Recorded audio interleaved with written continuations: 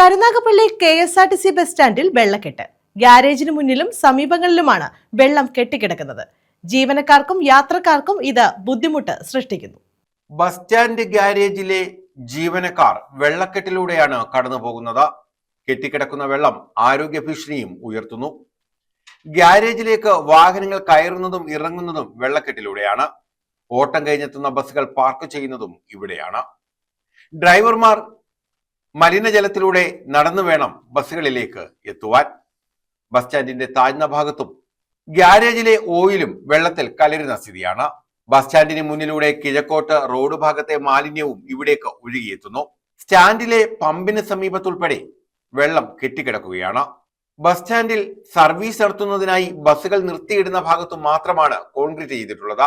ഗ്യാരേജിന് സമീപത്തെ സ്ഥലത്ത് driving test നടത്തുന്നതിനുള്ള സൗകര്യമൊരുക്കാൻ ആലോചിച്ചിരുന്നെങ്കിലും നടന്നില്ല. ദേശീയപാത വികസനത്തിന്റെ ഭാഗമായി നേരത്തെ ഉണ്ടായിരുന്ന പ്രവേശന കവാടം തടികളും മറ്റും ഉപയോഗിച്ച് കെട്ടിമറച്ചിരിക്കുകയാണ്. ഇതിനിടയിലൂടെ സ്റ്റാൻഡിലേക്ക് നടന്നു കയറാനുള്ള സ്ഥലം മാത്രമാണുള്ളത്. ഇവിടെയും വെള്ളം കെട്ടിക്കിടക്കുകയാണ്. വെള്ളക്കെട്ടുൾപ്പെടെ ബസ് സ്റ്റാൻഡിലെ അടിസ്ഥാന പ്രശ്നങ്ങൾക്ക് പരിഹാരം കാണണമെന്ന ജീവനക്കാരുടെ വിവിധ സംഘടനകൾ അധികൃതരോട് ആവശ്യപ്പെട്ടെങ്കിലും ഇതുവരെയും നടപടി ഉണ്ടായിട്ടില്ല. News bureau, Karunagappally.